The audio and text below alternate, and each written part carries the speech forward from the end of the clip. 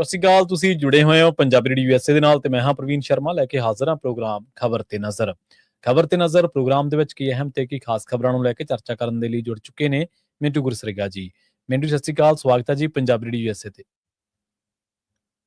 ਸ਼ੁਕਰੀਆ ਸਾਰਿਆਂ ਨੂੰ, ਸਤਿ ਸ਼੍ਰੀ ਅਕਾਲ ਜੀ। ਸਤਿ ਸ਼੍ਰੀ ਅਕਾਲ ਜੀ। ਪ੍ਰੋਗਰਾਮ ਦੇ ਵਿੱਚ ਅੱਗੇ ਵਧਣ ਤੋਂ ਪਹਿਲਾਂ ਧੰਨਵਾਦ ਕਰਦੇ ਚੱਲੀਏ ਸਪਾਂਸਰਸ ਦਾ ਜਿਹੜੇ ਜ਼ਰੀਆ ਬਣਦੇ ਨੇ ਇਹਨਾਂ ਪ੍ਰੋਗਰਾਮਾਂ ਨੂੰ ਤੁਹਾਡੇ ਤੱਕ ਪਹੁੰਚਾਉਣ ਦੇ ਲਈ। ਖਾਲਸਾ ਇੰਸ਼ੋਰੈਂਸ ਏਜੰਸੀ ਵਾਲੇ, ਜਿਨ੍ਹਾਂ ਤੋਂ ਤੁਸੀਂ ਹਰ ਤਰੀਕੇ ਦੀ ਇੰਸ਼ੋਰੈਂਸ ਲੈ ਸਕਦੇ ਹੋ। ਇੰਸ਼ੋਰੈਂਸ ਬਾਰੇ ਪਤਾ ਕਰਨ ਦੇ ਲਈ ਇਹਨਾਂ ਦਾ ਨੰਬਰ ਹੈ 408-272-2500। ਇਹ 1992 ਤੋਂ ਲਗਾਤਾਰ ਇੰਸ਼ੋਰੈਂਸ ਬਿਜ਼ਨਸ ਦੇ ਵਿੱਚ ਸ਼ਾਨਦਾਰ ਸੇਵਾਵਾਂ ਦੇ ਰਹੇ ਨੇ ਤੇ ਅਮਰੀਕਾ ਭਰ ਦੇ ਵਿੱਚ ਇੰਸ਼ੋਰੈਂਸ ਕਰਦੇ ਨੇ। ਓਬਾਮਾ ਕੇਅਰ, ਮੈਡੀਕੇਅਰ ਜਾਂ ਫਿਰ ਕਵਰਡ ਕੈਲੀਫੋਰਨੀਆ ਬਾਬਤ ਪਾਲਿਸੀ ਕਰਵਾਉਣ ਦੇ ਲਈ, ਸਲਾਹ ਲੈਣ ਦੇ ਲਈ ਅੱਜ ਹੀ ਕਾਲ ਕਰੋ 408-272-2500 ਤੇ। ਟਰਕੀਆਨਾ ਇਮੀਗ੍ਰੇਸ਼ਨ ਲਾ ਫਰਮ ਵਾਲੇ ਜੇ ਟਰਕੀਆਨਾ, ਟੋਨੀ ਟਰਕੀਆਨਾ ਦੇ ਨਾਲ ਤੁਸੀਂ US ਇਮੀਗ੍ਰੇਸ਼ਨ ਬਾਬਤ ਕੋਈ ਵੀ ਸਲਾਹ ਕਰਨੀ ਹੈ, ਕੋਈ ਵੀ ਸਵਾਲ ਪੁੱਛਣਾ ਤੇ ਇਹਨਾਂ ਦਾ ਨੰਬਰ ਹੈ 415-909-0503। ਕ੍ਰਿਸ਼ਨ ਧਨੋਟਾ ਯੂਬਾ ਸਿਟੀ GNLU ਵਾਲੇ ਟਰੱਕ ਵਾਸ਼ ਕਰਦੇ ਨੇ, ਆਇਲ ਚੇਂਜ ਕਰਦੇ ਨੇ, 에ਅਰ ਬ੍ਰੇਕਾਂ ਦਾ ਕੰਮ ਤਸੱਲੀ ਬਖਸ਼ ਕਰਵਾ ਸਕਦੇ ਹੋ, ਨਵੇਂ ਪੁਰਾਣੇ ਟਾਇਰ ਵੀ ਇਹਨਾਂ ਤੋਂ ਮਿਲਦੇ ਨੇ। ਲੋਕੇਸ਼ਨ ਸੈਂਟਾਨੀਲਾ ਦੀ ਨੀਮਾ ਸੋਤਾ ਦੇ ਨਾਲ ਗੱਲ ਕੀਤੀ ਜਾ ਸਕਦੀ ਹੈ 209-277-0113 ਤੇ।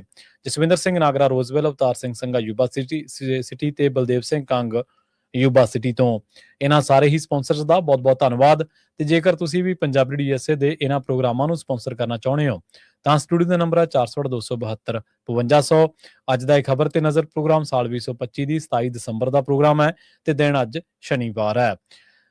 ਗੱਲ ਕਰੀਏ ਮਿੰਟੂ ਜੀ ਮਾਨ ਸਾਹਿਬ ਦੀ, ਕਹਿੰਦੇ ਹੁਣ ਇਹ ਪੰਜਾਬ ਵੱਲ ਨੂੰ ਮੁਹਾਰ ਮੋੜ ਰਹੇ ਨੇ ਜੀ। ਬਿਲਕੁਲ ਪੰਜਾਬ ਵੱਲ ਨੂੰ ਤਾਂ ਮੋੜਨਾ ਹੀ ਪਏਗਾ ਆਪਦਾ ਮੁੱਖ, ਬਲਕਿ ਹੁਣ ਪਿੰਡਾਂ ਵੱਲ ਜ਼ਿਆਦਾ ਤੁਸੀਂ ਦੇਖੋਗੇ ਨਾ ਪਿਛਲੇ 2-4 ਦਿਨਾਂ ਚ ਜਿਹੜੀ ਮਾਨ ਸਾਹਿਬ ਦੀ ਐਕਟੀਵਿਟੀ ਹੈ, ਕਿਉਂਕਿ ਜਿਹੜਾ ਬਲਾਕ ਸੰਮਤੀ ਤੇ ਜ਼ਿਲ੍ਹਾ ਪ੍ਰੀਸ਼ਦ ਦਾ ਚੋਣ ਹੋਇਆ, ਇਲੈਕਸ਼ਨ ਹੋਇਆ ਜਿਹੜਾ, ਉਹਦੇ ਵਿੱਚ ਜੇ ਤੁਸੀਂ ਡਾਟਾ ਨੂੰ ਬਰੀਕੀ ਦੇ ਨਾਲ ਖੰਗਾਲੋਗੇ ਤਾਂ ਉਹਦੇ ਵਿੱਚ ਬਲਾਕ ਸੰਮਤੀ ਦਾ ਜਿਹੜਾ ਉਹਨਾਂ ਦਾ ਵੋਟ ਸ਼ੇਅਰ ਹੈ ਉਹ ਲਗਭਗ 53-54 ਦੇ ਵਿਚਾਲੇ ਜੀ ਜੀ, ਜੋ ਮਤਲਬ ਕਿ ਸੱਤਾਧਾਰੀ ਧਿਰ ਹੁੰਦੀ। ਵੈਸੇ ਤਾਂ ਇਹ ਬਹੁਤ ਮੋਟਾ ਵੋਟ ਸ਼ੇਅਰ ਹੈ, ਬਟ ਜਦੋਂ ਤੁਸੀਂ ਰੂਲਿੰਗ ਪਾਰਟੀ ਹੋ, ਪਿਛਲੇ 4 ਸਾਲ ਤੋਂ 3 ਸਾਲ ਤੋਂ ਰਾਜ ਕਰਤਾ ਹੋ, ਤਾਂ ਬਾਵਜੂਦ ਇਸ ਦੇ ਤੁਸੀਂ 60-70-80 ਤੱਕ ਨਹੀਂ ਪਹੁੰਚਦੇ ਲੋਕਲ ਚੋਣਾਂ ਦੇ ਵਿੱਚ, ਤਾਂ ਤੁਹਾਡੇ ਵਾਸਤੇ ਕਿਤੇ ਨਾ ਕਿਤੇ ਅਲਾਰਮਿੰਗ ਸਿਚੁਏਸ਼ਨ ਹੁੰਦੀ ਹੈ। ਸਹੀ ਹੈ। ਇਸੇ ਹੀ ਨਬਜ਼ ਨੂੰ ਫੜ ਰਿਹਾ, ਕਿਉਂਕਿ ਕਾਂਗਰਸ ਦਾ ਜੇ ਤੁਸੀਂ ਵੋਟ ਸ਼ੇਅਰ ਬਲਾਕ ਸੰਮਤੀ ਚ ਦੇਖੋਗੇ ਲਗਭਗ 22% ਹੈ ਜੀ। ਤੇ ਸਭ ਤੋਂ ਵੱਡੀ ਗੱਲ ਹੈ ਕਿ ਅਕਾਲੀ ਦਲ 16 ਤੇ ਪਹੁੰਚ ਗਏ, ਹਾਲਾਂਕਿ ਉਹ ਸੀਟਾਂ ਲੜੇ ਵੀ ਥੋੜੀਆਂ ਨੇ ਜੀ ਦੂਜਿਆਂ ਦੇ ਮੁਕਾਬਲੇ, ਤਾਂ ਉਹਨਾਂ ਦਾ ਵੋਟ ਸ਼ੇਅਰ ਜਿਹੜਾ ਹੈ ਉਹ ਲਗਭਗ 16 ਤੇ ਪਹੁੰਚਿਆ। ਇਸ ਕਰਕੇ ਮਤਲਬ ਕਿ ਪਿੰਡਾਂ ਦੇ ਵਿੱਚ ਅਕਾਲੀ ਦਲ ਗਰੋ ਕਰ ਰਿਹਾ ਹੈ ਤੇ ਦੂਜੇ ਪਾਸੇ ਕਾਂਗਰਸ ਜਿਹੜੀ ਹੈ ਉਹ ਵੀ ਆਪਦਾ ਵੋਟ ਸ਼ੇਅਰ ਜੋੜ ਰਹੀ ਹੈ। ਤਾਂ ਦੋਨਾਂ ਪਾਰਟੀਆਂ ਨਾਲੋਂ ਟੁੱਟਿਆ ਵੋਟ ਹੀ ਤਾਂ ਇਹਨਾਂ ਦੀ ਤਾਕਤ ਸੀ। ਸਹੀ ਗੱਲ। ਜੇ ਅਕਾਲੀਆਂ ਨੂੰ ਵੋਟ ਜਿਹੜਾ ਹੈ ਉਹ ਦੁਬਾਰਾ ਮਿਲ ਰਿਹਾ ਜਾਂ ਮਿਲ ਜਾ ਰਿਹਾ ਤੇ ਇਹਦਾ ਮਤਲਬ ਹੈ ਕਿ ਆਮ ਆਦਮੀ ਪਾਰਟੀ ਦੀ ਪਿੰਡਾਂ 'ਚ ਪਕੜ ਢਿੱਲੀ ਹੋਏਗੀ, ਤਦੇ ਹੀ ਜਿਹੜਾ ਚੰਕ ਇਹਨਾਂ ਦੇ ਨਾਲ ਆਇਆ ਉਹ ਤਦੇ ਢਿੱਲਾ ਹੋ ਰਿਹਾ।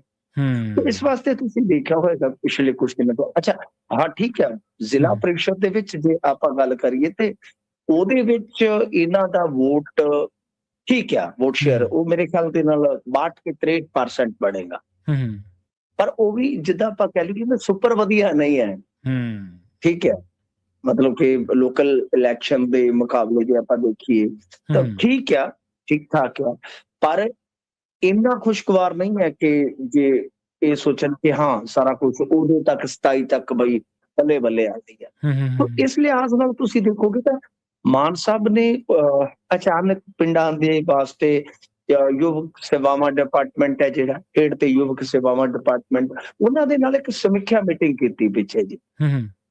ਤੇ ਫਿਰ 3100 ਸਟੇਡੀਅਮ ਜਿਹੜੇ ਜ਼ਿਆਦਾਤਰ ਪਿੰਡਾਂ ਦੇ ਵਿੱਚ ਬਣਨੇ ਨੇ, ਤਾਂ ਮਤਲਬ ਕਿ ਉਹਨਾਂ ਬਾਰੇ ਪੁੱਛਿਆ ਕਿ ਜੂਨ ਤੱਕ ਇਹ ਕੰਮ ਹਰ ਹਾਲਤ 'ਚ ਮੁਕੰਮਲ ਹੋਣੇ ਚਾਹੀਦੇ। ਮਤਲਬ ਕਿ ਇਹ ਸਾਰਾ ਕੁਛ ਹੈ ਨਾ ਕਿ ਸੰਕੇਤ ਹੈ ਕਿ ਇਹਨਾਂ ਨੂੰ ਸ਼ਾਇਦ ਹੋ ਸਕਦਾ ਡਾਇਰੈਕਸ਼ਨ, ਹੋ ਸਕਦਾ ਨਿਰਦੇਸ਼ ਹੋਏ ਹੋਣ ਕਿ ਭਾਈ ਆਮ ਆਦਮੀ ਪਾਰਟੀ ਦੀ ਤਾਕਤ ਪਿੰਡਾਂ ਚੋਂ ਨਿਕਲੀ ਸੀਗੀ ਤੇ ਪਿੰਡਾਂ ਦੇ ਵਿੱਚ ਜੇ ਉਹ ਤਾਕਤ ਝੜਦੀ ਪਈ ਹੈ ਤੇ ਫਿਰ ਤੁਸੀਂ ਇਸ ਨੂੰ ਦੁਬਾਰਾ ਵੇਖੋ ਕਿ ਕਿੱਥੇ ਕਮੀ ਪੇਸ਼ੀ ਹੈ। ਤੇ ਇਸੇ ਵਾਸਤੇ ਆਉਣ ਵਾਲੇ ਦਿਨਾਂ ਦੇ ਵਿੱਚ ਤੁਸੀਂ ਦੇਖਣਾ, ਹੁਣ ਸ਼ਹੀਦੀ ਸਭਾ ਸਮਾਪਤ ਹੋ ਗਏ, ਉਸ ਤੋਂ ਬਾਅਦ ਰਾਜਨੀਤਿਕ ਉੱਠਕ ਬੈਠਕ ਜਿਹੜੀ ਹੈ ਉਹ ਸ਼ੁਰੂ ਹੋ ਜਾਏਗੀ। ਸਭ ਤੋਂ ਪਹਿਲਾਂ ਤੇ ਆ ਰਿਹਾ ਹੈ ਮੈਡੀਕਲ, ਜਿਹੜਾ ਇਹਨਾਂ ਦਾ ਇੱਕ ਬਹੁਤ ਵੱਡਾ ਕਹਿ ਲਓ ਕਿ ਫੈਸਲਾ ਹੈ ਕਿ ਸਿਹਤ ਬੀਮਾ ਉਹ ਯੋਜਨਾ ਹੈ ਕਿ ਸ਼ਾਇਦ ਫਿਰ ਅਗਲੇ ਮਹੀਨੇ ਮੇਰੇ ਖਿਆਲ ਦੇ ਨਾਲ ਫੈਸਲਾ ਲੈ ਲੈਣਗੇ ਬੀਬੀਆਂ ਬਾਬਤ। 11,000 ਦਾ ਸ਼ਗਨ ਉਹ ਆ ਜਾਏਗਾ ਤੇ ਉਸ ਤੋਂ ਬਾਅਦ ਮਤਲਬ ਕਿ ਇਲੈਕਸ਼ਨ ਮੋਡ ਦੇ ਵਿੱਚ ਪੰਜਾਬ ਚਲਾ ਜਾਏਗਾ। ਇਸ ਕਰਕੇ ਇਹਨਾਂ ਨੇ ਖਾਸ ਤੌਰ ਤੇ ਮਾਨ ਸਾਹਿਬ ਨੇ ਪਿੰਡਾਂ ਬਾਰੇ ਹੁਣ ਧਿਆਨ ਦੇਣਾ ਸ਼ੁਰੂ ਕੀਤਾ ਕਿ ਬਈ ਪਿੰਡਾਂ 'ਚ ਸਥਿਤੀ ਸਾਡੀ ਕਮਜ਼ੋਰ ਨਾ ਪਵੇ। ਜੀ ਬਿਲਕੁਲ। ਪਿੰਡਾਂ 'ਚ ਸਥਿਤੀ ਕਮਜ਼ੋਰ ਨਾ ਪਵੇ ਤੇ ਪਹਿਲਾਂ ਪਿੰਡਾਂ 'ਚੋਂ ਹੀ, ਜਿਵੇਂ ਤੁਸੀਂ ਦੱਸਿਆ ਜੀ ਮਿੰਟੂ ਜੀ, ਉੱਥੋਂ ਹੀ ਸ਼ਕਤੀ ਹਾਸਲ ਹੋਈ ਸੀ। ਪਹਿਲਾਂ ਉੱਥੋਂ ਹੀ ਹੁਣ ਲੋਕਾਂ ਦੇ ਮੂੰਹ ਲੱਥਣੇ ਸ਼ੁਰੂ ਹੋਏ ਆ, ਕਿਉਂਕਿ ਜਿੰਨੀਆਂ ਧਿਰਾਂ ਨੇ, ਚਾਹੇ ਉਹ ਕਿਸਾਨ ਧਿਰਾਂ ਨੇ, ਚਾਹੇ ਹੋਰ, ਉਹ ਸਾਰੀਆਂ ਪੇਂਡੂ ਵਸੋਂ ਹੀ ਉਹਨਾਂ ਦੇ ਵਿੱਚ ਜ਼ਿਆਦਾਤਰ, ਤੇ ਉਹਨਾਂ ਨੂੰ ਹੁਣ ਤੱਕ ਸੜਕਾਂ ਤੇ ਬਿਠਾਈ ਰੱਖਿਆ। ਅਗਲੀ ਗੱਲ ਕਰੀਏ ਮਿੰਟੂ ਜੀ BBMB ਦੀ, ਤੇ ਇਸ ਤੇ ਇੱਕ ਹੋਰ ਫੈਸਲੇ ਤੇ ਵਿਰੋਧ ਹੋ ਰਿਹਾ ਜੀ। BBMB ਦੇ ਵਿੱਚ ਇੱਕ ਇਹਨਾਂ ਨੇ ਪਾਇਲਟ ਪ੍ਰੋਜੈਕਟ ਲਿਆਂਦਾ ਜਿਸ ਦਾ ਵਿਰੋਧ ਹੋ ਰਿਹਾ ਹੈ ਜੀ। ਅੱਛਾ, ਉਸ ਤੋਂ ਪਹਿਲਾਂ ਇੱਕ ਬੜੀ ਵੱਡੀ ਗੱਲ ਹੋਈ ਸੀਗੀ, ਪਰ ਕਮਾਲ ਦੀ ਗੱਲ ਹੈ ਕਿ ਪੰਜਾਬ 'ਚ ਬਹੁਤ ਛੋਟੀ ਗੱਲ ਸੀ। ਰਾਜਸਥਾਨ ਦੇ ਇੱਕ ਮੰਤਰੀ ਨੇ ਪਿੱਛੇ ਜੇ ਉੱਥੇ ਜਾਣਕਾਰੀ ਦਿੱਤੀ ਉਹਨਾਂ ਦੇ ਹਾਊਸ ਦੇ ਵਿੱਚ ਕਿ BBMB ਦੇ ਵਿੱਚ ਰਾਜਸਥਾਨ ਨੂੰ ਪਰਮਾਨੈਂਟਲੀ ਮੈਂਬਰੀ ਮਿਲਣ ਜਾ ਰਹੀ ਹੈ ਜੀ। ਤੇ ਚਲੋ ਮੈਂ ਇਸ ਦਾ 5-7 ਦਿਨ ਬਾਅਦ ਇੱਕ ਮੈਨੂੰ ਨਿਊਜ਼ ਕਟਿੰਗ ਮਿਲੀ ਕਿਤੋਂ, ਤੇ ਮੈਂ ਉਹਦਾ ਮਤਲਬ ਪੋਸਟ ਵੀ ਬਣਾ ਕੇ ਪਾਇਆ। ਔਰ ਕਮਾਲ ਦੀ ਗੱਲ ਹੈ ਕਿ ਉਹਦੇ ਤੇ ਬਹੁਤਾ ਕਿਸੇ ਦਾ ਕੋਈ ਪ੍ਰਤੀਕਰਮ ਨਹੀਂ, ਸ਼ਾਇਦ ਇੱਕ ਨੇ ਉਸ ਨੂੰ ਡਾਊਨਲੋਡ ਕਰਕੇ ਕਿਸੇ ਲੀਡਰ ਨੇ ਪਾਇਆ ਮੇਰੇ ਖਿਆਲ ਦੇ ਨਾਲ। ਅਦਰਵਾਈਜ਼ ਜੇ ਤੁਸੀਂ ਦੇਖੋ ਤਾਂ ਬਿਲਕੁਲ ਚੁੱਪੀ ਹੈ। ਸਹੀ ਹੈ। ਤੇ ਇਸੇ ਹਫਤੇ ਦੇ ਵਿੱਚ ਇੱਕ ਦੂਸਰਾ ਮਾਮਲਾ ਆ ਗਿਆ ਕਿ ਨੰਗਲ ਹਾਈਡਲ ਨਹਿਰ ਹੈ, ਜਿਹੜੀ ਨੰਗਲ ਹਾਈਡਲ ਜਿਸ ਕਹਿ ਦਿੰਦੇ ਆਪਾਂ, ਤੇ ਉਹਦੇ ਵਿੱਚ ਦੇਸ਼ ਦੀ ਪਹਿਲੀ ਮੈਗਾਵਾਟ ਪੱਧਰੀ ਜਿਹੜੀ ਹਾਈਡਰੋਕਾਈਨੈਟਿਕ ਪਾਵਰ ਪ੍ਰੋਜੈਕਟ ਦੀ ਕਹਾਣੀ ਹੈ ਨਾ, ਚਾਲੂ ਹੋ ਜਾਂਦੀ ਹੈ। ਇਹ ਪਹਿਲਾ ਪ੍ਰੋਜੈਕਟ ਆ ਜਿਹੜਾ ਵਗਦੇ ਪਾਣੀ ਤੋਂ ਬਿਜਲੀ ਬਚਾਉਣ ਦੀ ਦਿਸ਼ਾ ਵਿੱਚ ਮਹੱਤਵਪੂਰਨ ਤੇ ਜਾਂ ਕਹਿ ਲਓ ਪ੍ਰਯੋਗਾਤਮਕ ਪਹਿਲ ਹੈ ਜੀ। ਹੁਣ ਗੱਲ ਇਹ ਆ ਕਿ ਇਹਦੇ ਤੇ ਜਿਹੜਾ ਪੰਜਾਬ ਦਾ ਇਤਰਾਜ਼ ਆ ਜੀ, ਉਹ ਇਹ ਆ ਕਿ ਰਾਜ ਦੀ ਜਿਸ ਮਤਲਬ ਕਿ ਨਹਿਰ ਦੀ ਗੱਲ ਹੋ ਰਹੀ ਹੈ, ਉਹ ਜਿਸ ਹੱਦ ਦੇ ਵਿੱਚ ਹੈ, ਉਸ ਨਹਿਰ ਦਾ ਉਪਯੋਗ ਜਿਹੜੀ ਵਰਤੋਂ ਹੁੰਦੀ ਹੈ ਉਹ ਸਿਰਫ ਪੰਜਾਬ ਲਈ ਹੋ ਸਕਦੀ ਹੈ, ਬਿਜਲੀ ਉਤਪਾਦਨ ਵਾਸਤੇ ਜਾਂ ਕੁਝ ਵੀ ਹੈ।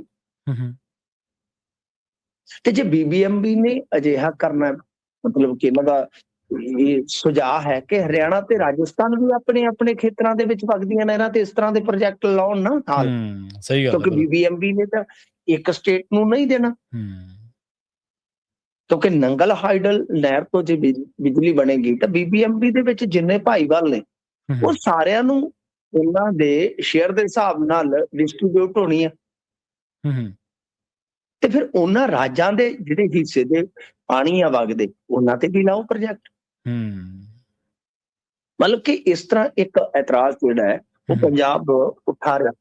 ਗੱਲ ਇਹ ਆ ਕਿ ਇਤਰਾਜ਼ ਉੱਠ ਜ਼ਰੂਰ ਰਹੇ ਨੇ, ਇਤਰਾਜ਼ ਹੋ ਜ਼ਰੂਰ ਰਹੇ ਨੇ, ਤੇ ਇਤਰਾਜ਼ ਵਾਜਬ ਹੈ, ਜਾਇਜ਼ ਵੀ ਨੇ, ਪਰ ਇਹਨਾਂ ਦੇ ਵਿੱਚ ਹੋ ਜ਼ਿਆਦਾ ਕੁਛ ਨਹੀਂ ਰਿਹਾ। ਕਿਉਂਕਿ ਰਾਜਸਥਾਨ ਦੇ ਵਿੱਚ ਜਿਹੜੀ ਸਰਕਾਰ ਆ ਉਹ ਹੈਗੀ ਭਾਜਪਾ ਦੀ, ਹਰਿਆਣੇ ਦੀ ਸਰਕਾਰ ਭਾਜਪਾ ਦੀ, ਦਿੱਲੀ ਦੀ ਸਰਕਾਰ ਭਾਜਪਾ ਦੀ, ਸੈਂਟਰ ਦੀ ਸਰਕਾਰ ਭਾਜਪਾ ਦੀ, ਜਿਹੜੀ ਸੁਖੂ ਦੀ ਸਰਕਾਰ ਹੈ ਹਿਮਾਚਲ ਦੀ, ਇਹ ਬੜੀ ਦੱਬੂ ਜੀ ਸਰਕਾਰ ਹੈ, ਬੜੀ ਮਤਲਬ ਕਿ ਡਰਪੋਕ ਜੀ ਕਿਸਮ ਦੀ ਸਰਕਾਰ ਹੈ ਜੀ। ਇਸ ਕਰਕੇ ਮਤਲਬ ਕਿ ਪੰਜਾਬ ਦੀ ਜਿਹੜੀ ਸਰਕਾਰ ਆ ਉਹਦਾ ਤਾਂ ਤੁਹਾਨੂੰ ਪਤਾ ਹੀ ਹੈ। ਤਾਂ ਉਹ ਕੀ ਹੈ ਕਿ ਰਾਜਸਥਾਨ ਆਪਦੇ ਹਿਸਾਬ ਕਿਤਾਬ ਨਾਲ ਚਲਵਾ ਰਿਹਾ, ਹਰਿਆਣਾ ਆਪਣੇ ਹਿਸਾਬ ਕਿਤਾਬ ਨਾਲ ਚਲਵਾ ਰਿਹਾ, ਕਿਉਂਕਿ ਤਾਂ ਮਿਨਿਸਟਰੀ ਜਿਹੜੀ ਵਜ਼ੀਰੀ ਆ ਉਹ ਵੀ ਤੇ ਖੱਟਰ ਸਾਹਿਬ ਖੁੱਲਦੇ ਆ। ਸੋ ਇਸ ਕਰਕੇ ਪੰਜਾਬ ਦਾ ਹੁਣ ਬਹੁਤਾ ਕੁਝ ਫੱਟਿਆ ਨਹੀਂ ਜਾਂਦਾ। BBMB ਦੇ ਵਿੱਚ ਜਿਹੜੀਆਂ ਖਾਲੀ ਪਈਆਂ ਨੌਕਰੀਆਂ ਉਹਨਾਂ ਬਾਰੇ ਇਹਨਾਂ ਨੇ ਕੈਡਰ ਬਣਾਉਣ ਦਾ ਪਿੱਛੇ ਜੇ ਕਿਹਾ ਸੀ, ਉਹ ਠੀਕ ਨੇ, ਸਾਰੇ ਕਦਮ ਠੀਕ ਨੇ, ਪਰ ਮਸਲਾ ਪੈਂਦਾ ਹੈ ਕਿ ਜਦੋਂ ਰਾਜਸਥਾਨ ਹੋਲਡ ਕਰਵਾਉਂਦਾ ਹੈ ਪਾਣੀ, ਹਿਮਾਚਲ ਛਡਵਾਉਂਦਾ ਪਾਣੀ, ਤੇ ਪੰਜਾਬ ਪਿਸ ਜਾਂਦਾ ਹੈ। ਸਹੀ ਗੱਲ। ਤੇ ਜਦੋਂ ਵਾਰੀ ਆਉਂਦੀ ਆ ਇਹਨਾਂ ਚੀਜ਼ਾਂ ਦੀ ਕਿ ਭਾਈ ਜੋ ਸਾਡਾ ਹਿਸਾਬ ਕਿਤਾਬ ਹੈ ਤਾਕਤ ਦੀ ਵੰਡ ਦੀ ਗੱਲ ਆਉਂਦੀ ਹੈ, ਤਾਂ ਉਸ ਹਿਸਾਬ ਨਾਲ ਜਿਹੜੀ ਬਰਬਾਦੀ ਹੁੰਦੀ ਹੈ ਜਾਂ ਪੈਸਾ ਜਾਂਦਾ, ਉਸ ਹਿਸਾਬ ਨਾਲ ਜਿਹੜਾ ਤਾਕਤ ਦਾ ਅਨੁਪਾਤ ਹੈ, ਉਹ ਤਾਕਤ ਦਾ ਅਨੁਪਾਤ ਜਿਹੜਾ ਹੈ ਉਹ ਜੇ ਪਲੜੇ ਦੇ ਰੂਪ ਚ ਦੇਖੋਗੇ ਤਾਂ ਪੰਜਾਬ ਦੇ ਮੁਕਾਬਲੇ ਦੂਜਿਆਂ ਦੇ ਝੋਲੀ ਚ ਜ਼ਿਆਦਾ ਚੁੱਕ ਜਾਂਦਾ। ਸਹੀ ਗੱਲ ਹੈ, ਬਿਲਕੁਲ ਮਿੰਟ ਜੀ। ਤੇ ਅਗਲੀ ਗੱਲ ਕਰੀਏ ਆਪਾਂ, ਪਾਵਰਕਾਮ ਦਾ ਜਿਹੜਾ ਵਿਵਾਦ ਹੈ ਉਹ ਆਲ ਇੰਡੀਆ ਪੱਧਰ ਤੇ ਪਹੁੰਚ ਗਿਆ ਜੀ। ਦੇਖੋ, ਪਾਵਰਕਾਮ ਦਾ ਜਿਹੜਾ ਵਿਰੋਧ, ਔਰ ਹੈਰਾਨਗੀ ਹੁੰਦੀ ਆ ਕਈ ਵਾਰ ਕਿ ਤੁਸੀਂ ਵੇਖੋ ਕਿ ਸਾਡੀ ਸਰਕਾਰ ਵੀ ਲਗਭਗ ਸੋਸ਼ਲ ਮੀਡੀਆ ਤੇ ਚੱਲਦੀ ਹੈ ਤੇ ਸਾਡੀ ਆਪੋਜੀਸ਼ਨ ਵੀ ਲਗਭਗ ਮੀਡੀਆ ਤੇ ਚੱਲਦੀ ਹੈ। ਇਸ ਦੇਸ਼ ਦੇ ਵਿੱਚੋਂ ਸੰਘਰਸ਼ ਹੌਲੀ ਹੌਲੀ ਖਤਮ ਹੋ ਰਿਹਾ ਹੈ, ਔਰ ਪੰਜਾਬ ਦੀ ਮੀਡੀਆ ਦੀ ਜਿਹੜੀ ਕਾਰਜਸ਼ੈਲੀ ਮੈਂ ਦੇਖਦਾ, ਉਹਦੇ ਵਿੱਚੋਂ ਅਸੀਂ ਕਿਉਂਕਿ ਪ੍ਰੈਸ ਨੋਟ ਭੇਜਦੇ ਹੁੰਦੇ ਸੀ, ਸਾਡੇ ਅਖਬਾਰਾਂ ਦੀ ਇੱਕ ਤਾਕੀਦ ਹੁੰਦੀ ਸੀ ਕਿ ਧਰਨਾ ਮੁਜ਼ਾਹਰੇ ਦਾ ਪ੍ਰੈਸ ਨੋਟ ਜਾਂ ਖਬਰ ਜਿਹੜੀ ਹੈ ਉਹ ਤੁਸੀਂ ਹਰ ਰੋਜ਼ ਭੇਜਣੀ ਹੈ ਜੀ। ਅਸੀਂ ਲੰਬੀ ਚ ਹੁੰਦੇ ਸੀ, ਮੇਰੀ ਡਿਊਟੀ ਇਸੇ ਕੰਮ ਲਈ ਹੁੰਦੀ ਸੀਗੀ ਕਿ ਬਾਈ ਕੋਈ ਧਰਨਾ ਕਿਸੇ ਵੀ ਜਥੇਬੰਦੀ ਨੇ ਲਾਇਆ, ਉਹਦਾ ਫੋਟੋ ਤੇ ਉਹਦਾ ਪ੍ਰੈਸ ਨੋਟ ਡੇਲੀ ਭੇਜਣਾ। ਔਰ ਬਕਾਇਦਾ ਜਗ੍ਹਾ ਹੁੰਦੀ ਸੀ ਅਖਬਾਰਾਂ। ਅੱਜ ਅਧਿਆਪਕ ਕੁੱਟੇ ਜਾਂਦੇ ਨੇ। ਸਹੀ ਗੱਲ। ਅੱਜ ਮਤਲਬ ਕਿ 1748 ਪੁਲਿਸ ਵਾਲੇ ਜਿਹੜੇ ਆ ਉਹ ਜੁਆਇਨਿੰਗ ਵਾਸਤੇ 2 ਸਾਲ ਤੋਂ ਇੰਤਜ਼ਾਰ ਕਰ ਰਹੇ ਨੇ। ਧਰਨੇ ਮੁਜ਼ਾਹਰੇ ਹੁੰਦੇ ਨੇ, ਯਾਨੀ ਕੋਈ ਮਤਲਬ ਕਿਸੇ ਸੰਘਰਸ਼ ਨੂੰ ਕਵਰ ਹੀ ਨਹੀਂ ਕਰਦਾ। ਸਹੀ ਗੱਲ ਹੈ, ਬਿਲਕੁਲ। ਉਹਦੀ ਜੜ ਕੀ ਆ, ਉਹਦਾ ਹੱਲ ਕੀ ਆ। ਇਸੇ ਕਰਕੇ ਮੈਂ ਹੈਰਾਨ ਆ ਕਿ ਐਡਾ ਵੱਡਾ ਮੁੱਦਾ ਸੀ, ਉਹ ਜੀ ਕਹਿਣਗੇ ਪੰਜਾਬ ਗਿਆ ਜੀ, ਮਾਫ ਕਰਨਾ ਜੀ, ਪੰਜਾਬ ਨੂੰ ਵੇਚਤਾ ਜੀ, ਫਲਾਂ ਕਰਤਾ। ਪਰ ਆਪੋਜੀਸ਼ਨ ਕਰ ਕੀ ਰਹੀ ਹੈ? ਹੁਣ ਦੇਖੋ, ਬਿਜਲੀ ਨਿਗਮ ਦੀਆਂ ਜਿਹੜੀਆਂ ਪ੍ਰਾਪਰਟੀਆਂ ਵੇਚਣ ਦਾ ਕਦਮ ਸੀ, ਇਹ ਬਹੁਤ ਖਤਰਨਾਕ ਕਦਮ ਹੈ ਜੀ। All India power engineers federation ਨੇ ਪੰਜਾਬ ਦੇ ਮੁੱਖ ਮੰਤਰੀ ਤੋਂ ਪਾਵਰ ਸੈਕਟਰ ਦੇ ਵਿੱਚ ਜਿਹੜੀ ਇਹ ਮਨਮਾਨੀ ਆ ਤੇ ਜਾਂ ਰਾਜਨੀਤਿਕ ਦਖਲ ਹੈ, ਇਸ ਨੂੰ ਰੋਕਣ ਲਈ ਤਤਕਾਲ ਦਖਲ ਦੇਣ ਵਾਸਤੇ ਕਿਹਾ। ਤੁਸੀਂ ਹਿਸਾਬ ਲਾ ਲਓ ਆਲ ਇੰਡੀਆ ਪੱਧਰ ਤੇ ਜੀ। ਮਤਲਬ ਗੱਲ ਸਾਫ਼ ਹੈ ਨਾ, ਕਿਉਂਕਿ 2-3 ਚੀਜ਼ਾਂ ਹੋਈਆਂ।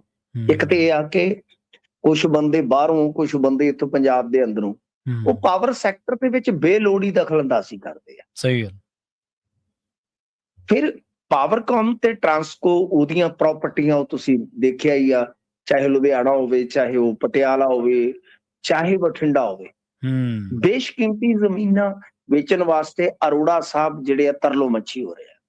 ਅਰੋੜਾ ਸਾਹਿਬ ਤੇ ਸ਼ਾਇਦ ਮਤਲਬ ਕਿ ਇਸੇ ਕਰਕੇ ਹੀ ਸਿਆਸਤ ਦੇ ਵਿੱਚ ਆਏ ਆ ਜਾਂ ਲਿਆਂਦੇ ਗਏ ਆ ਕਿ ਜ਼ਮੀਨ ਕੋਈ ਛੱਡਣੀ ਨਹੀਂ।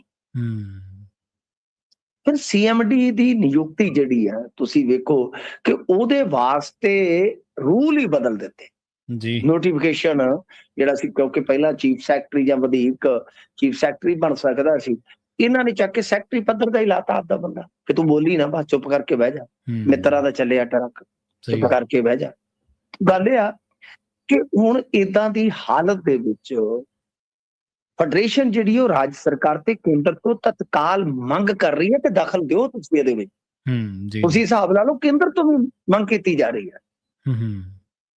ਤਾਂ ਇਹ ਬਹੁਤ ਗੰਭੀਰ, ਬਹੁਤ ਇਸ ਵੇਲੇ ਖਤਰਨਾਕ ਪਰਿਸਥਿਤੀ ਹੈ ਕਿ ਇੰਜੀਨੀਅਰਸ ਤੁਹਾਨੂੰ ਜਗਾ ਰਹੇ ਆ ਕਿ ਭਾਈ ਤੁਹਾਡੀ ਪ੍ਰਾਪਰਟੀ ਜਾ ਰਹੀ ਹੈ। ਹੋਰ ਇੰਜੀਨੀਅਰਸ ਨੇ ਥੋੜੀ ਆਪਦੀ ਰਿਟਾਇਰਮੈਂਟ ਤੇ ਨਾਲ ਲੈ ਜਾਣੀ ਆ। ਸਹੀ ਹੈ, ਬਿਲਕੁਲ ਜੀ। ਇਸ ਕਰਕੇ ਸਾਡੇ ਇੱਥੇ ਹੈਰਾਨਗੀ ਹੁੰਦੀ ਆ ਕਿ ਕੋਈ ਯਾਰ ਚੂੰ ਹੀ ਨਹੀਂ ਕਰਦਾ, ਕੋਈ ਕੂੰ ਹੀ ਨਹੀਂ ਕਰਦਾ। ਮਤਲਬ ਕਿਸ ਤਰ੍ਹਾਂ ਦੀ ਰਾਜਨੀਤੀ ਹੈ ਕਿ ਜੇ ਤੁਸੀਂ ਇਹਨਾਂ ਮੁੱਦਿਆਂ ਤੇ ਲੜਾਈ ਨਹੀਂ ਲੜ ਸਕਦੇ ਗਰਾਊਂਡ ਤੇ, ਜੀ, ਤਾਂ ਫਿਰ ਸਰਕਾਰ ਵੀ ਮੇਰੇ ਖਿਆਲ ਦੇ ਨਾਲ ਵਰਚੁਅਲ ਬਣਾ ਲੈਣੀ ਚਾਹੀਦੀ ਹੈ।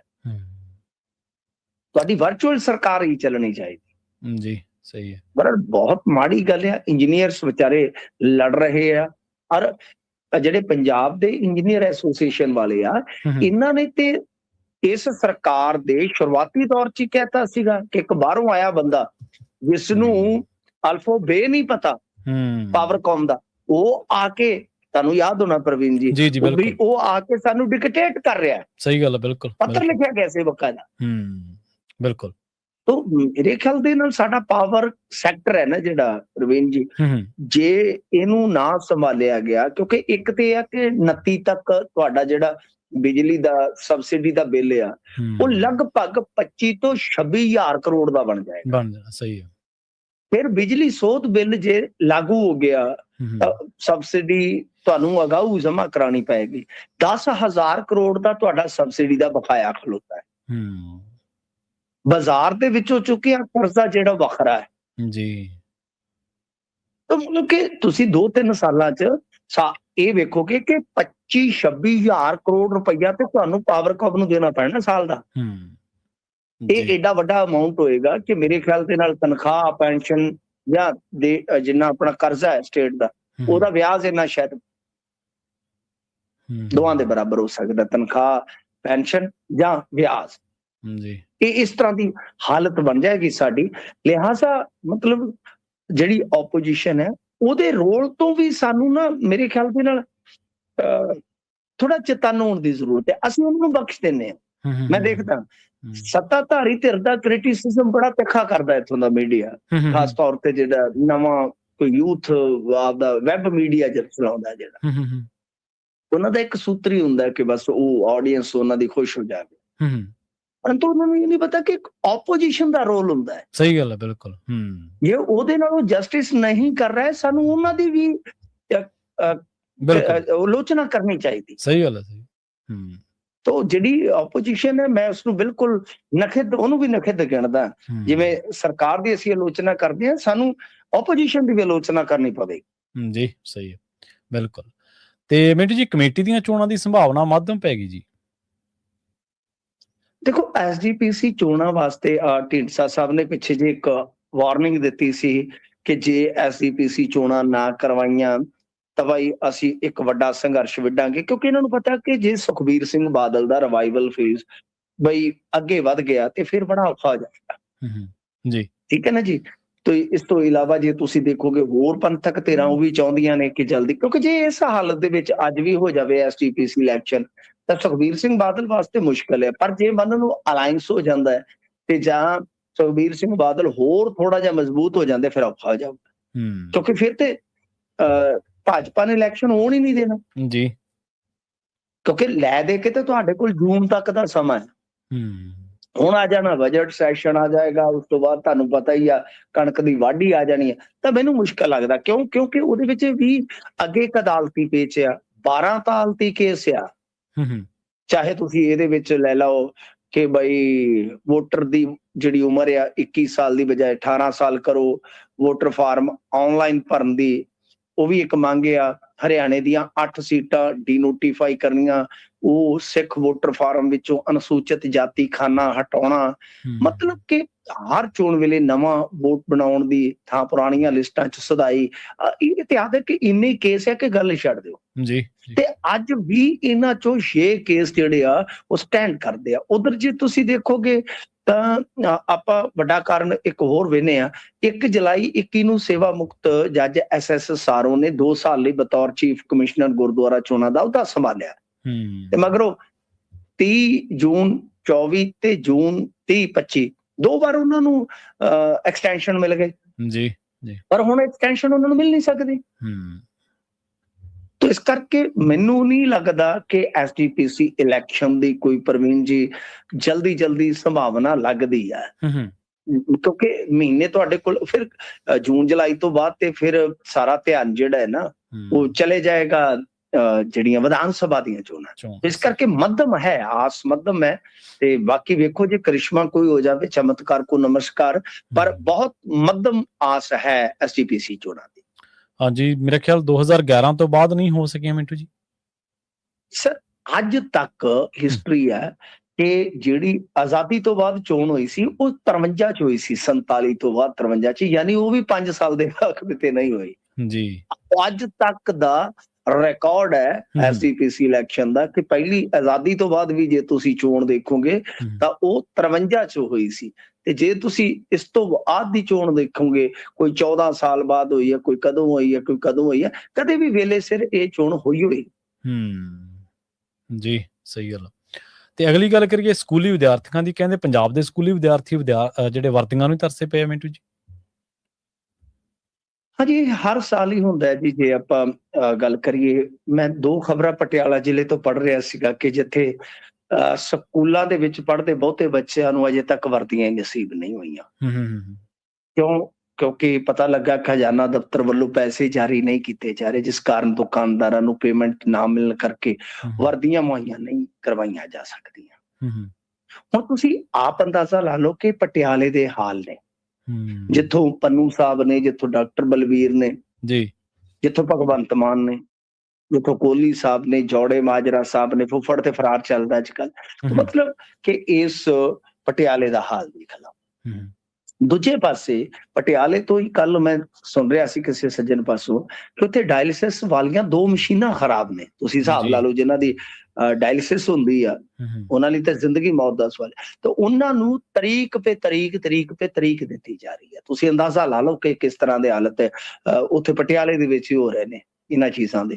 ਤੇ ਹੂੰ, ਉੱਥੇ ਆਪਾਂ ਅੱਗੇ ਵੀ ਦੇਖਿਆ ਕਿ ਕਦੇ ਲਾਈਟ ਚੱਲ ਗਈ, ਕਦੇ ਪੈਂਟਰੀਆਂ ਦੀ ਰੌਸ਼ਨੀ 'ਚ ਆਪਰੇਸ਼ਨ ਕੀਤਾ, ਕਿੰਨੇ ਮਤਲਬ ਕਿ ਮਾਮਲੇ ਇਹੋ ਜਿਹੇ ਨਿਕਲੇ ਆ। ਹੂੰ, ਸੋ ਇੱਕ ਵਾਰੀ ਫੇਰ ਆਪਾਂ ਦੇਖੀਏ ਪੂਰੇ ਪੰਜਾਬ ਦੇ ਵਿੱਚ, ਕਿਉਂਕਿ ਸਰਦੀ ਤੇ ਹੁਣ ਜੇ ਤੁਸੀਂ ਵੇਖੋ ਕਿ ਪੀਕ ਸੀਜ਼ਨ ਜਿਹੜਾ ਹੁੰਦਾ ਨਾ ਸਰਦੀ ਦਾ, ਉਹਦੇ ਵਿੱਚ ਦਿਨ ਹੁੰਦੇ 15 ਦਸੰਬਰ ਤੋਂ 15 ਜਨਵਰੀ।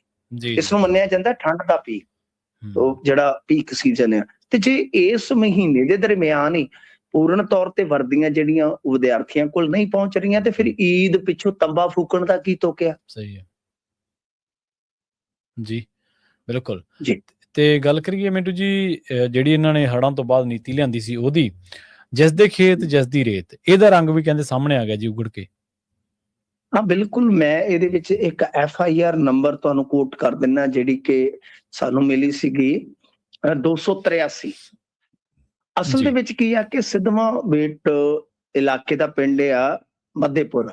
ਜੀ, ਉੱਥੇ ਦੇ ਕਿਸਾਨਾਂ ਦੇ ਨਾਲ ਅਜੀਬ ਕਹਾਣੀ ਹੋਈ ਆ ਕਿ ਜਦੋਂ ਉਹਨਾਂ ਨੇ ਇਸ ਨੀਤੀ ਦੇ ਤਹਿਤ, ਹਾਲਾਂਕਿ ਅਸੀਂ ਪਹਿਲਾਂ ਹੀ ਸਵਾਲ ਚੁੱਕੇ ਸਨ, ਹੂੰ, ਹੂੰ, ਕਿਉਂਕਿ ਉਸ ਵੇਲੇ ਵੀ ਮੈਂ ਪੋਸਟ ਪਾ ਕੇ ਕਿਹਾ ਸੀਗਾ ਕਿ ਸਾਰੇ ਕਿਸਾਨਾਂ ਦੇ ਕੋਲ ਮਸ਼ੀਨਰੀ ਨਹੀਂ, ਤਾਂ ਹੂੰ, ਉਹ ਰੇਤ ਕਿਵੇਂ ਚੁੱਕੇਗਾ? ਜੀ, ਜੀ, ਜੀ, ਕਿਉਂਕਿ ਮਸ਼ੀਨਰੀ ਹਾਇਰ ਕਰਨ ਵਾਸਤੇ ਜਾਂ ਮਸ਼ੀਨਰੀ ਲੈਣ ਵਾਸਤੇ ਬੜਾ ਵੱਡਾ ਖਰਚ ਚਾਹੀਦਾ ਹੂੰ, ਹੈ। ਹੂੰ, ਇਹਦਾ ਮਤਲਬ ਹੈ ਕਿ ਕੋਈ ਤੀਸਰਾ ਆਏਗਾ, ਹੂੰ, ਸਰਕਾਰ ਤੇ ਕਿਸਾਨ ਤੋਂ ਇਲਾਵਾ ਕੋਈ ਤੀਸਰਾ ਆਏਗਾ ਜਿਹੜਾ ਕਹੇਗਾ ਕਿ ਮਸ਼ੀਨਰੀ ਮੇਰੀ, ਰੇਤ ਤੇਰੀ। ਹੂੰ, ਤਾਂ ਇਹਦੀ ਕਹਾਣੀ ਬਿਲਕੁਲ ਉਹੀ ਹੋ ਗਈ ਆ ਜੀ, ਕਿ ਇਹਨਾਂ ਨੇ ਆਪਦੇ ਕੋਲ ਜਿਹੜੀ ਸਾਧਨਾਂ ਦੀ ਘਾਟ ਸੀ, ਇਹਦੇ ਕਰਕੇ ਕਿਸੇ ਨਾਲ ਸੌਦਾ ਕਰ ਲਿਆ, ਤੇ ਦੱਸਦੇ ਆ ਕਿ ਉਹਨਾਂ ਨੇ ਜੋ ਤੈਅ ਸੀ ਜੀ, ਉਹਦੇ ਤੋਂ ਵੱਧ ਰੇਤ ਹੂੰਜਦੀ। ਹੁਣ ਨਾ ਕਿਸਾਨ ਸਧਾਰਨ ਨੂੰ ਪਤਾ, ਨਾ ਜਿਹਦੇ ਕੋਲ ਆਪਦੀ ਕੋਲ ਮਸ਼ੀਨਰੀ ਤੱਕ ਨਹੀਂ ਹੈ, ਤਾਂ ਹੁਣ ਪੁਲਿਸ ਨੇ ਉਹਦੇ ਤੇ ਮੁਕੱਦਮਾ ਦਰਜ ਕਰ ਤੇ ਹੂੰ, ਉਲਟਾ ਜਿਹੜੀ ਕਿਰਾਏ ਤੇ ਮਸ਼ੀਨਰੀ ਲਿਆਂਦੀ ਸੀ, ਹੂੰ, ਹੂੰ, ਉਹ ਜਿਹੜਾ ਮਾਫੀਆ, ਉਹ ਤਾਂ ਨਿਕਲ ਗਿਆ ਰੇਤ ਕੱਢ ਕੇ।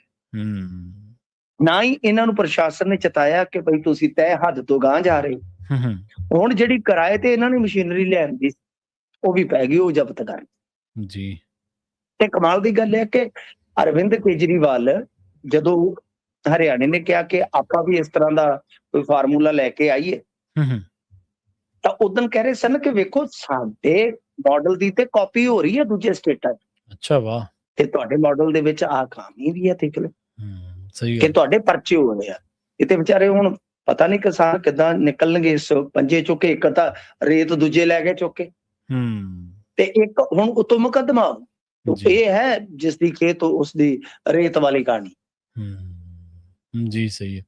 ਤੇ ਜਾਂਦੇ ਗੱਲ ਕਰੀਏ ਮਿੰਟੂ ਜੀ, ਆਪਾਂ ਨਾਭੇ ਦੇ ਚਰਚੇ ਤੇ ਈਓ ਦੀ, ਇਹਨੂੰ ਕਹਿੰਦੇ ਜੁਰਮਾਨਾ ਹੋਇਆ ਜੀ।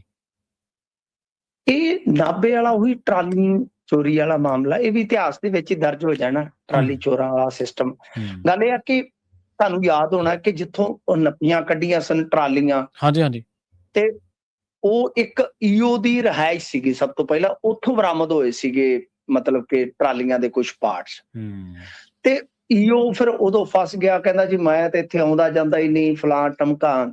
ਜੀ, ਪਰ ਇਸੇ